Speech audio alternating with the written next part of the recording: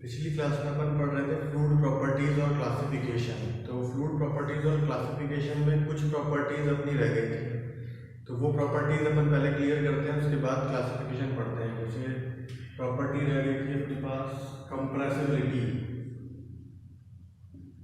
Compressibility क्या होती है? कंप्रेसिबिलिटी होती है बल्क मॉडुलस का रेसिप्रोकल। इसको रिप्रेजेंट करते हैं बीटा से। तो बीटा इज इक्वल टू कितना होता है? 1/बल्क मॉडुलस। बल्क मॉडुलस यानी beta is equal to 1/k। ये k क्या होता है? बल्क मॉडुलस क्या होता है? इसको वैसे स्ट्रेंथ ऑफ मटेरियल में पढ़ा हुआ होगा, एक बार वापस देख लेते हैं। ये पिस्टन सिलेंडर डिवाइस है, इसके अंदर गैस भरी हुई है। अब अगर अपन यहाँ से प्रेशर बढ़ाते हैं, प्रेशर इंक्रीज करते हैं, मतलब मान लिया पहले प्रेशर P था और बाद में अपन इसका प्रेशर इंक्रीज कर देते हैं। कितना प्रेशर इंक्रीज कर देते हैं? dP। तो इसका वॉल्यूम कितना डिक्रीज हो जाएगा? क्योंकि ये पिस्टन यहाँ आ जाएगा, तो इसका वॉल्यूम कितना डिक्रीज हो जाएगा? इसका वॉल्यूम हो जाएगा dV डिक्रीज हो जाएगा। तो K क्या होता है? जब प्रेशर में चेंज करते हैं, प्रेशर में जब चेंज करते हैं तो ये जो प्रेशर चेंज होता है वो किसके प्रोपोर्शनल होता है? वॉल्यूम चेंज की, वॉल्यूमेट्रिक चेंज। इस प्रोपोर्शनल को जो अपन हटाते हैं तो अपन क्या लगाते थे? K। इस K को ही क्या बोला जाता है? Bulk modulus. यानी बल्क मॉडुलस किसका रेशियो होता है? Change in pressure upon volumetric strain. इस K की वैल्यू अपन इधर सब्स्टिट्यूट करेंगे, बीटा की वैल्यू आ जाएगी। इसको एक फॉर्म में और याद रखते हैं अपन। इस K की वैल्यू अपन कैलकुलेट कर लेते हैं और इसको डेंसिटी की फॉर्म में भी याद रखा जाता है, बीटा। तो अपन ये वैल्यू कैलकुलेट कर लेते हैं dP minus dV upon B। इसके अंदर गैस भरी हुई है, इसका मास कितना है? m। तो अपन देख सकते हैं मास क्या होता है? रो इनटू वॉल्यूम। और जो गैस है वो उसके अंदर क्लोज है सिलेंडर पिस्टन डिवाइस। अगर इसका अपन डिफरेंशिएशन करते हैं, m मास कितना होगा? कांस्टेंट। तो डिफरेंशिएशन कितना हो जाएगा? 0 रो dV प्लस b d रो। इधर ले आते हैं इसको minus dV upon v, cross multiply कर देते हैं तो वैल्यू कितनी हो जाएगी अपने पास? d रो अपॉन में रो। माइनस dV अपॉन v की वैल्यू कितनी आ गई? d rho upon rho.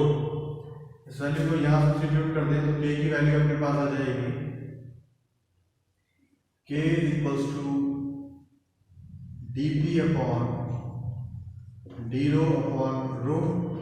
इस वैल्यू को यहाँ सब्स्टिट्यूट कर देते हैं अपन बीटा में। Beta is equals to 1/k dP d rho upon rho. तो ये वैल्यू हो जाएगी अपने पास, ये वैल्यू ऊपर चली जाएगी, d rho upon rho upon में dP। इसको बोला जा सकता है 1/रो d रो अपॉन dP। ये भी एग्जाम में पूछा जाता है। 2-3 साल पहले इसरो के एग्जाम में थोड़ा घुमा के बोल दिया था, वैल्यूज यही आई थी। अपने पेपर में राजस्थान JEE में ये डायरेक्ट पूछ लेंगे। अगर पूछना होगा कंप्रेसिबिलिटी क्या होती है? 1/रो d रो अपॉन dP। ठीक है, इसके बाद कंप्रेसिबिलिटी अपन ने 1/बल्क मॉडुलस देख लिया, कंप्रेसिबिलिटी का ये फॉर्मूला देख लिया, इसमें वैल्यू सब्स्टिट्यूट करते हैं तो फॉर्मूला अपने पास ये हो जाता है d रो डेंसिटी की टर्म। एक और फॉर्मूला अगर हम देखें तो ये भी लिख सकते हैं। ठीक है, मोटा मोटा क्या है? बीटा इज इक्वल टू कितना होता है? Reciprocal of bulk modulus. इसी के बाद कंप्रेसिबिलिटी, दो तरह की कंप्रेसिबिलिटी और पढ़नी है अपने को, वो है आइसोथर्मल कंप्रेसिबिलिटी और एडियाबैटिक कंप्रेसिबिलिटी। तो उसको देखते हैं अपन। Isothermal compressibility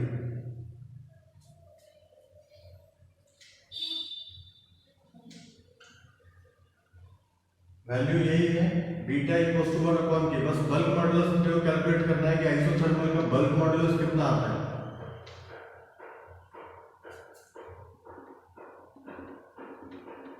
isothermal compressibility, isothermal compressibility में बल्क मॉडुलस अपन कैलकुलेट कर लेते हैं। अपन इक्वेशन जानते हैं इसका relation P V equal to कितना होता है कांस्टेंट, इसका डिफरेंशिएशन कर देते हैं P D V plus B D P is equal to 0। तो उधर बेच के क्रॉस मल्टीप्लाई कर देते हैं, ये कितना आ जाएगा minus D V upon B is equal to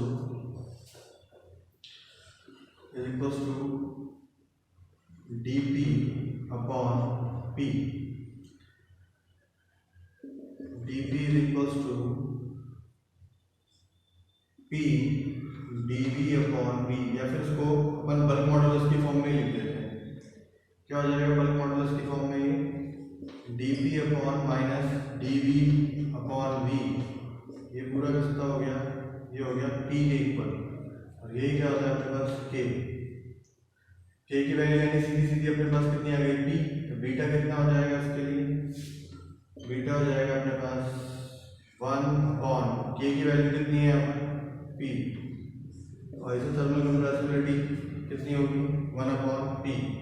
इसी तरीके से अपन देख लेते हैं adiabatic compressibility, adiabatic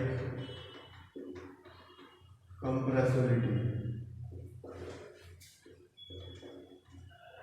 adiabatic compressibility, adiabatic process में इक्वेशन क्या होती है रिलेशन पी वी की power gamma is equal to constant, तो अपन इसी का क्या कर देते हैं डिफरेंशिएशन कर देते हैं, ठीक है, पी वी की power gamma equal to constant, यानी कितना आ जाएगा पी वी का डिफरेंशिएशन करेंगे गामा बी गामा माइनस 1, ये भी इस तरीके से लिख लिया गामा और इसमें डिफरेंशिएट भी हो जाएगा D V plus D V को ऐसा कैसा लिख लेंगे पी का कितना हो जाएगा अपने पास, पी का हो जाएगा D P is equal to 0, इसमें से क्या हट जाएगा वी गामा, बचेगा कितना P gamma upon we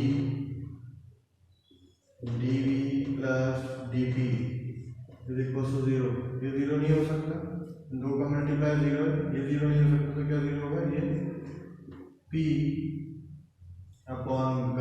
upon V into gamma,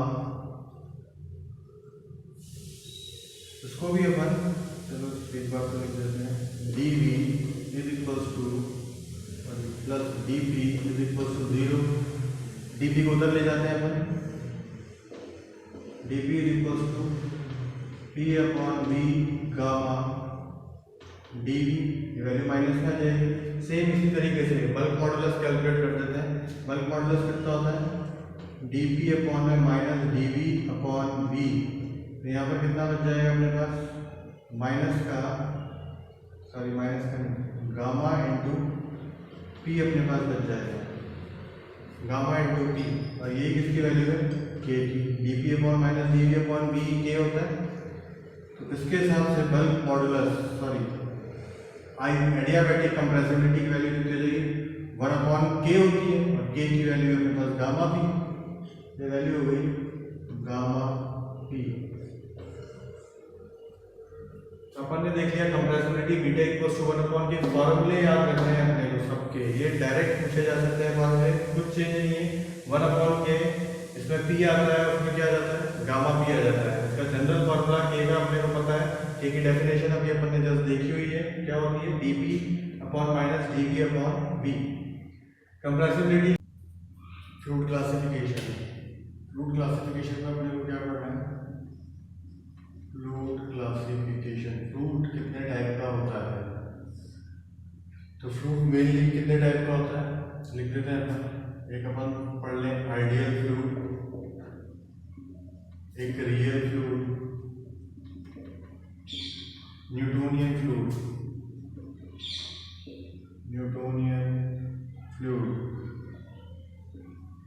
और एक है नॉन न्यूटोनियन फ्लूइड।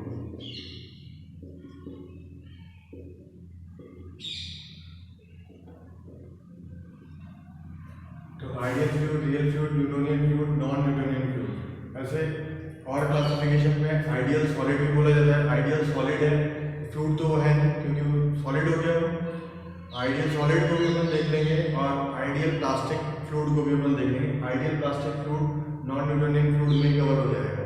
तो मेनली जो क्लासिफिकेशन आइडियल, रियल, न्यूटोनियन और non Newtonian. Ideal solid fluid होता ही नहीं, फिर भी उसको अपन ग्राफ पर देख लेंगे, ठीक है। आइडियल फ्लूइड क्या होता है? आइडियल फ्लूइड वो फ्लूइड है जिसमें विस्कोसिटी कितनी होती है? 0, जिसकी विस्कोसिटी 0 और जो क्या होता है? इनकम्प्रेसिबल। इनकम्प्रेसिबल का मतलब है टाइप्स ऑफ फ्लूइड अपने पास, टाइप्स ऑफ जो फ्लूइड है वो क्या है? इनकम्प्रेसिबल। अपन आगे भी पढ़ेंगे फ्लूइड फ्लो, उसमें भी आएगा कंप्रेसिबल, इनकम्प्रेसिबल। नाम से क्लियर है कि इनकम्प्रेसिबल फ्लूइड मतलब जो कंप्रेस नहीं होता हो। इनकम्प्रेसिबल फ्लूइड के लिए क्या हो जाएगा? D rho is equals to 0, जिसकी डेंसिटी चेंज नहीं होती। डी रो का मतलब क्या होता है? R2 minus R1, density change नहीं हो रही है, 0 है, वो क्या कहलाएगा? Ideal fluid. आइडियल फ्लूइड की दो कंडीशन होती है। रियल फ्लूइड, सारे फ्लूइड जो आइडियल फ्लूइड को छोड़ के जो भी सारे फ्लूइड है वो सभी क्या कहलाते हैं? रियल फ्लूइड कहलाते हैं। तो रियल फ्लूइड की ऐसी कोई डेफिनेशन नहीं है, जो भी फ्लूइड आइडियल वो सारे रियल फ्लूइड है। आइडियल फ्लूइड ऐसे एग्जिस्ट ही नहीं करता है, इसीलिए इसका नाम आइडियल, ठीक है। रियल फ्लूइड कौन से?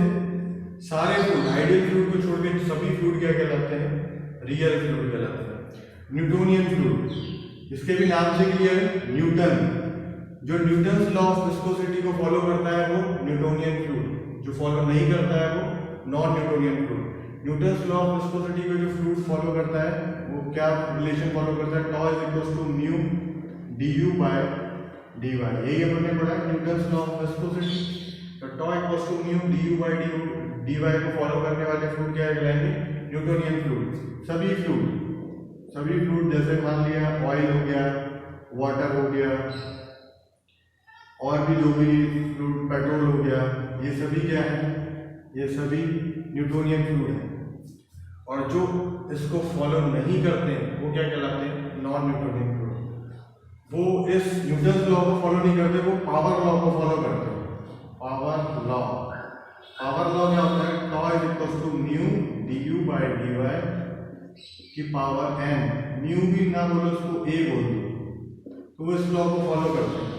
अपन नॉन न्यूटोनियन फ्लूइड का भी क्लासिफिकेशन पढ़ लेंगे। फ्लूइड का क्लासिफिकेशन तो यही होता है, लेकिन अपन नॉन न्यूटोनियन फ्लूइड भी कितने तरह के होते हैं उनका भी क्लासिफिकेशन पढ़ लेंगे। ये भी अपने पेपर में आ सकता है, ठीक है। अगर इन चारों की अगर अपन डायग्राम बनाए तो डायग्राम कैसे बनेंगे? ये है अपने पास टॉ, ये है du बाय dy। तो टॉ du बाय dy, इस ग्राफ का स्लोप भी क्या कहलाएगा? म्यू कहलाएगा, विस्कोसिटी कहलाएगा, हमने पढ़ा हुआ है पहले। तो इस ग्राफ का स्लोप, ये यहाँ पर म्यू कितना आ रहा है? 0, यानी स्लोप कितना है इसका? tan थीटा की वैल्यू कितनी है? 0। म्यू 0 किस वाली लाइन का है? केवल इस वाली लाइन का है म्यू 0। तो ये जो लाइन है नीचे वाली एक्स एक्सिस वाली लाइन है, ये अगर फॉलो होती है तो कौन सा फ्लूइड कहलाता है? Ideal fluid.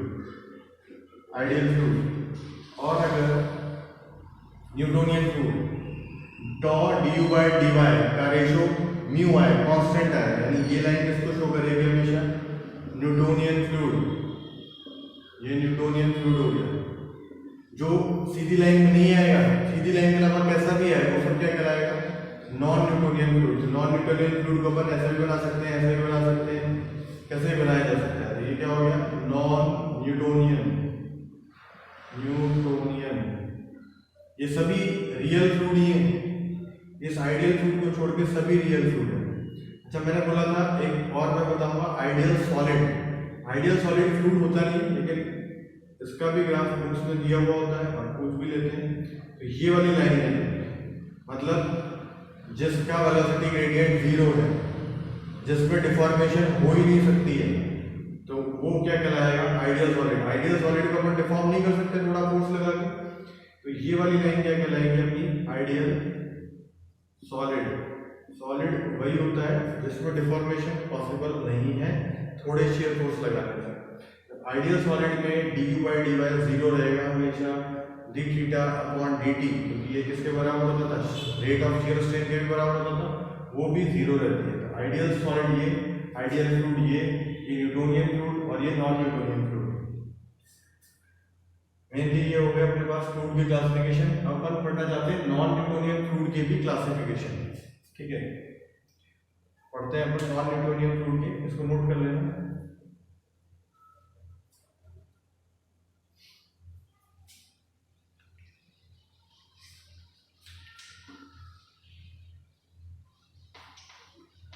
Non Newtonian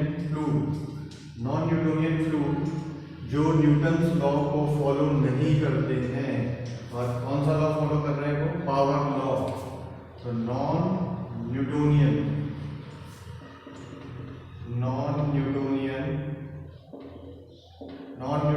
fluid, इसको अपन दो तरीके से समझ सकते हैं।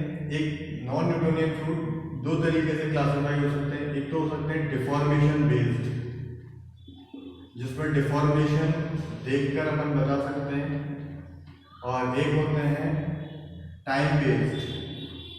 वो फ्लूइड टाइम के हिसाब से चेंज कर जाते हैं, मतलब उनकी विस्कोसिटी टाइम के हिसाब से बदल जाती है। डिफॉर्मेशन बेस्ड जो फ्लूइड होते हैं वो होता है एक तो डिफॉर्मेशन स्यूडो प्लास्टिक फ्लूइड,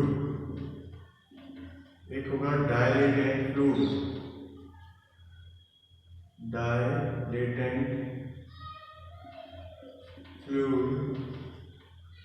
और बिंघम प्लास्टिक फ्लूइड,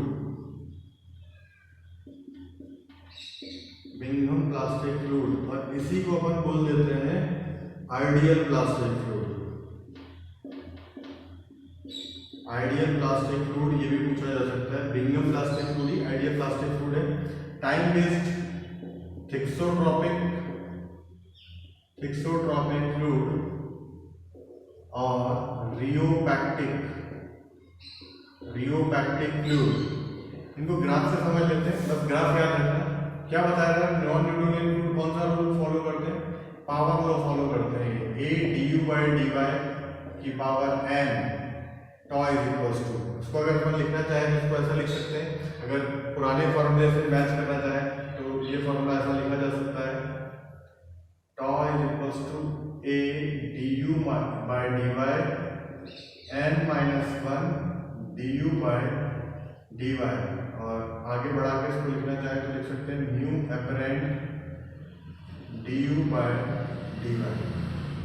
अपने पास क्या आ गया, पुराना जैसा फॉर्मूला हो गया, म्यू du by dy, वहां म्यू होता है, यहाँ म्यू क्या हो गया, एपरेंट। ठीक है, यह आभासी है, मतलब इस पूरी वैल्यू को लेके रखे हुए हैं म्यू एपरेंट। ठीक है, ग्राफ देख लेते हैं। स्यूडो प्लास्टिक फ्लूइड क्या होते हैं, डायलेटेड फ्लूइड क्या होते हैं, बिंघम प्लास्टिक फ्लूइड क्या होते हैं। अपन एक ग्राफ बना लेते हैं। बस ये ग्राफ याद करेंगे, वैसे मेरे को नाम ही याद होने चाहिए, लेकिन ये ग्राफ याद कर लेंगे तो और क्लियर हो जाएगा कि किसकी विस्कोसिटी बढ़ती है, किसकी विस्कोसिटी घटती है। तो सबसे पहले डायलेटेंट फ्लूइड क्या होगा, ऐसा फ्लूइड जिसकी डिफॉर्मेशन होने पर विस्कोसिटी बढ़ती है तो वो क्या फ्लूइड कहलाएगा, डायलेटेंट फ्लूइड। या इसी फ्लूइड को अपन बोलते हैं शियर थिकनिंग फ्लूइड। इसी का नाम क्या हो जाएगा, शियर थिकनिंग फ्लूइड। और इस स्यूडो प्लास्टिक क्या होता है, डिफॉर्मेशन के साथ जो पतला होता जाता है, इसको क्या बोल सकते हैं अपन, इसको बोल सकते हैं शियर थिनिंग फ्लूइड।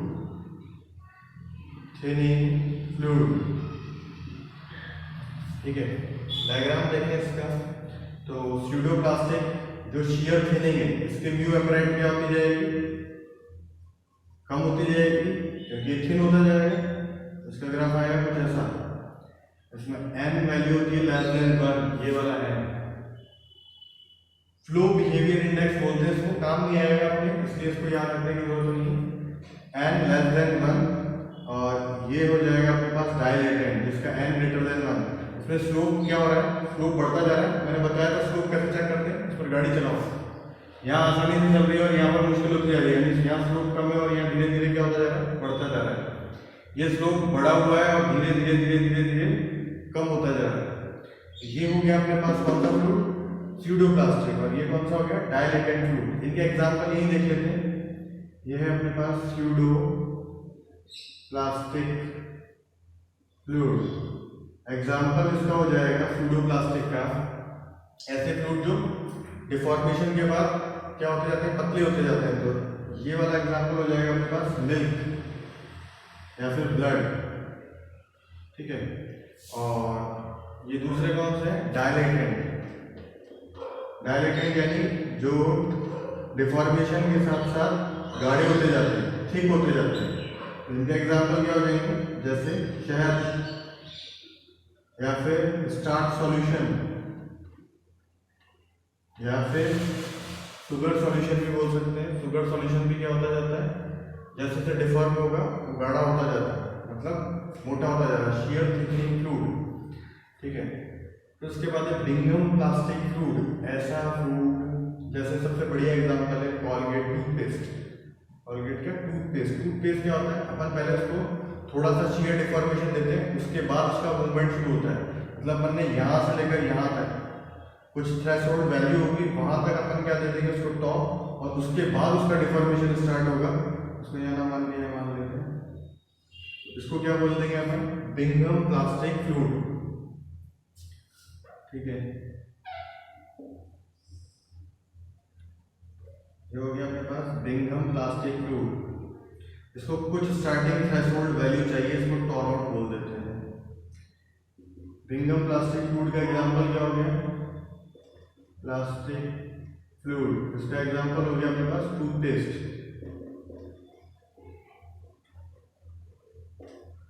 टूथपेस्ट तो ये अपने डिफॉर्मेशन बेस्ड हो गए, टाइम बेस्ड थिक्सोट्रोपिक और रियोपैक्टिक। थिक्सोट्रोपिक जो टाइम बढ़ने के साथ साथ जो गाढ़े होते जाते हैं, मतलब जिनकी विस्कोसिटी बढ़ती जाती है। जो मेडिसिन होती है वो सब थिक्सोट्रोपिक फ्लूइड में ही आती है। पूरा डायग्राम बन जाएगा कुछ ऐसा। और रियोपैक्टिक फ्लूइड, रियोपैक्टिक फ्लूइड जो टाइम के साथ साथ जिनकी विस्कोसिटी कम होती जाती है वो कहलाते हैं rheopectic fluid.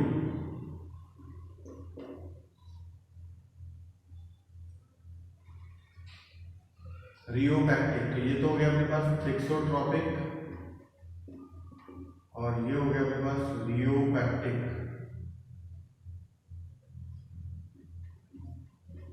Rheopectic fluid, thixotropic fluid. इसका एग्जांपल क्या होगा, जो लिक्विड मेडिसिन है अपने पास, जो भी सिरप है वो सब किसमें, थिक्सोट्रोपिक। अपन ने देखा टाइम के साथ वो नीचे जमती जाती है, अपन बोल देते हैं उसका प्रेसिपिटेशन होता जा रहा है, वो वाले फ्लूइड क्या कहलाते हैं, थिक्सोट्रोपिक फ्लूइड।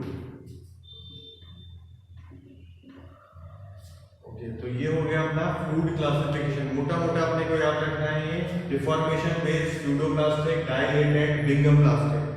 टाइम बेस्ड अगर देखें तो थिक्सोट्रोपिक और रियोपैक्टिक। ये फ्लूइड डिफॉर्मेशन के साथ पतला होता जाएगा, ये फ्लूइड डिफॉर्मेशन के साथ मोटा होता जाएगा। इस फ्लूइड के लिए स्टार्टिंग थ्रेशोल्ड वैल्यू चाहिए इसको आगे बढ़ाने के लिए। इसका अगर कभी फॉर्मूला पूछे तो ये फॉर्मूला होता है tau is equals to tau naught plus mu du by dy। और ये टॉ नॉट क्या है, ये टॉ नॉट जो स्टार्टिंग वैल्यू अपने को देनी पड़ेगी। थिक्सोट्रोपिक फ्लूइड और रियोपैक्टिक टाइम बेस्ड फ्लूइड है। इनके ग्राफ एक बार देखते चलेगा। और ये वाला फ्लूइड भी बना लेते हैं अपन, जो क्या था, न्यूटोनियन। तो अपने को कंपैरिजन पता चल जाएगा, ये न्यूटोनियन फ्लूइड थे, ठीक है। इसको नोट कर लेना। इसके बाद अपने दो टर्म और बचती है, वेपर प्रेशर और कैविटेशन। ये भी फ्लूइड का इंपॉर्टेंट फिनोमिना है, वेपर प्रेशर और कैविटेशन। कैविटेशन एक प्रोसीजर है, ठीक है, इसको नोट कर लेना।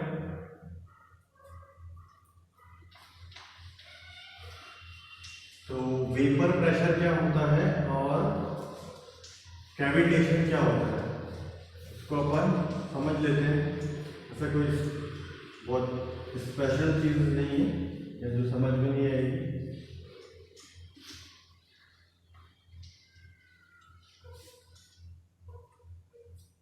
तो एक तो टर्म हो गई वेपर प्रेशर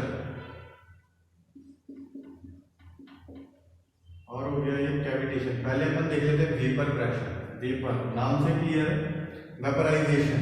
लेकिन बहुत सारे लोगों को पता नहीं होता वेपराइजेशन बॉइलिंग में क्या अंतर होता है। वेपर में भी लिक्विड से और वेपर बननी है, फ्लूइड पार्टिकल्स बनने, भाप बननी है मतलब, और बॉइलिंग में भी ऐसा ही होता है। लेकिन जो वेपर है, ये वेपर बनती है लिक्विड के ऊपर वाले सरफेस से।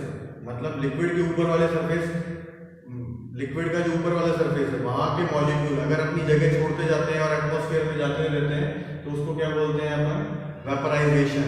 लिक्विड का टॉप सरफेस, ये टॉप सरफेस, ये मॉलिक्यूल्स गर्म करने के कारण, हीट लेने के कारण ये अपना बॉन्ड तोड़ देते हैं और एटमॉस्फेयर में रिलीज हो जाते हैं। इसी को क्या कहते हैं अपन? वेपराइजेशन। ये वेपराइजेशन कैसे प्रेशर डालता है? मान लो ये बंद बॉक्स है, इसमें ये फ्लूइड है, इसको अगर अपन गर्म करते हैं तो यहाँ पर ये वेपर बन जाएगी। जब ये पूरा का पूरा वेसल फिल हो जाएगा तो ये जो ऊपर वेपर बनी हुई है वो इस पर प्रेशर लगाएगी लिक्विड पर, वही क्या कहलाता है? Vapour pressure. ठीक है, कोई बहुत स्पेशल चीज नहीं। जो प्रेशर कुकर होता है उसमें भी वेपर प्रेशर लगता है, लेकिन यहाँ ऊपर सीटी लगी होती है तो ये वेपर यहाँ से बाहर निकल जाती है। ठीक है, अगर पूरा क्लॉज बॉक्स है तो ये वेपर लिक्विड पर फोर्स लगाएगी जब ये पूरी तरीके से अपनी जगह एक्यूमुलेट कर लेगी। ठीक है, और बात हो जाए कैविटेशन की।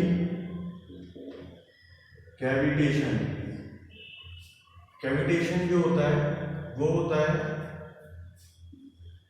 अगर किसी पाइपलाइन में प्रेशर वेपर प्रेशर से कम हो जाए, अगर किसी पाइपलाइन में फ्लूइड का प्रेशर वेपर प्रेशर से कम हो जाए तो वहां पर बबल्स बन जाते हैं। वेपर प्रेशर से कम हो जाएगा तो वेपराइजेशन हो जाएगा, वेपराइजेशन हो जाएगा तो एयर बन जाएगी। तो अगर यहाँ एयर बनेगी तो इसी जगह बबल बनेगा, बाकी सारी तरफ फ्लूइड है तो ये बबल्स इसमें फॉर्म हो जाएंगे और ये बबल्स हाई प्रेशर की तरफ जाके फूट जाएंगे।